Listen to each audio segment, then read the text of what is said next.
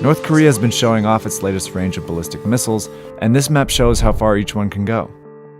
As you can see, it looks like most of the United States is in range, and it's got people panicking. The real fear is that North Korea is getting closer to having a missile that could reach the mainland United States, and the west coast of the United States, Hawaii, Alaska, and the west coast.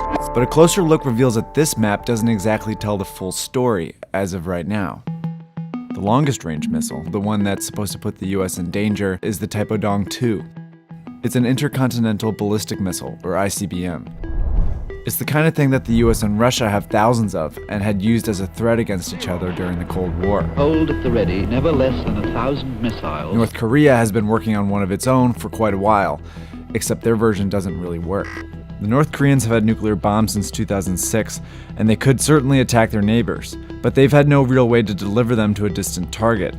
They could try and drop one from an airplane, but it would be likely shot down well before getting to the target. The most effective way to use a nuclear bomb is to attach it to a missile. Different delivery systems determine how far the target can be. North Korea already has a huge arsenal of short and medium-range missiles, but it doesn't have a working ICBM, which can hit a target 15,000 kilometers away, because it's actually 4 missiles in one. Stacked on top of each other, each missile is used one by one to push the warhead into space. Then once it's over a target, this fourth section re-enters the atmosphere and detonates. This is a very hard thing to engineer, and it's exactly why North Korea doesn't have a working Taepodong-2 yet. Under the pretense of testing a rocket engine, the country has tested it 5 times, and it's failed 3 times. It's managed to launch into space twice, but it's never made it close to the final and crucial stage of re-entry.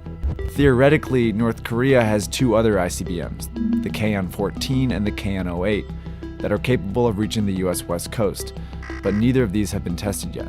So in reality, North Korea cannot hit the US with a nuclear ICBM today. That's the good news. The bad news is that they've been trying to build one for more than a decade, and experts think they'll have an ICBM before 2027. That's because the US intelligence community believes North Korea may have achieved one of the hardest parts of building an ICBM, making a nuclear bomb small enough to fit on one. A smaller bomb will make the missile lighter and more efficient, making this range very possible for a functioning Taepodong-2 or KN-14. So this begs the question, what would happen if North Korea gets a working ICBM?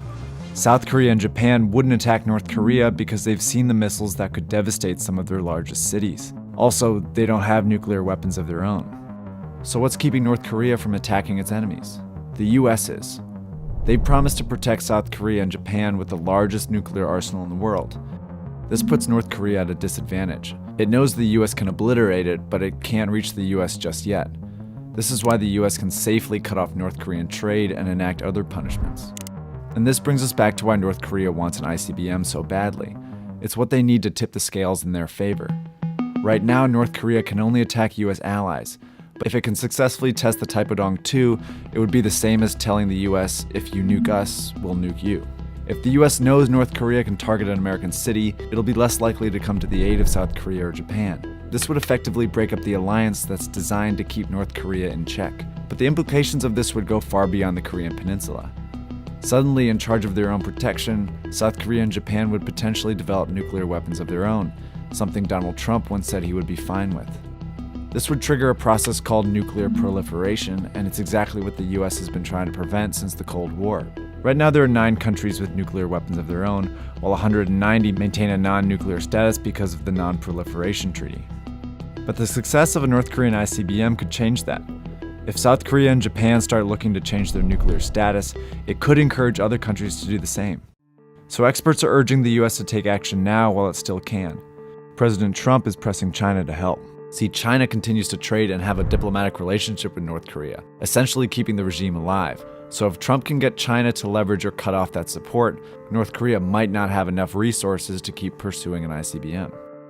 But for now, as North Korea continues to test and parade missiles, tensions continue to rise.